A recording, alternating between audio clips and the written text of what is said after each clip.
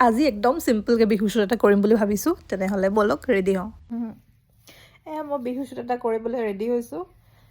একদম পূৰা নাচন নিচিনাকৈ ৰেডি হোৱা নাই এনেই আৰু অকণমান সেইফালে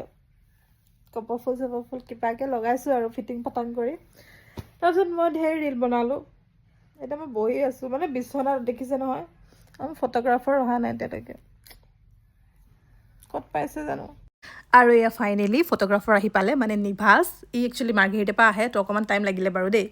তাৰপিছত আমি একদম নাজানো আমাৰ লোকেশ্যন কি হ'ব কি নাই ওলাইছোঁ আৰু য'ত পাম তাতে ফটো মাৰিম আৰু আমি লোকেশ্যন বিচাৰি এইফালে আহিছোঁ এইফালে খেৰঘৰ এইফালে এখন খেৰঘৰ আছিলে এইটো ধুমুহাত পৰি থাকিলে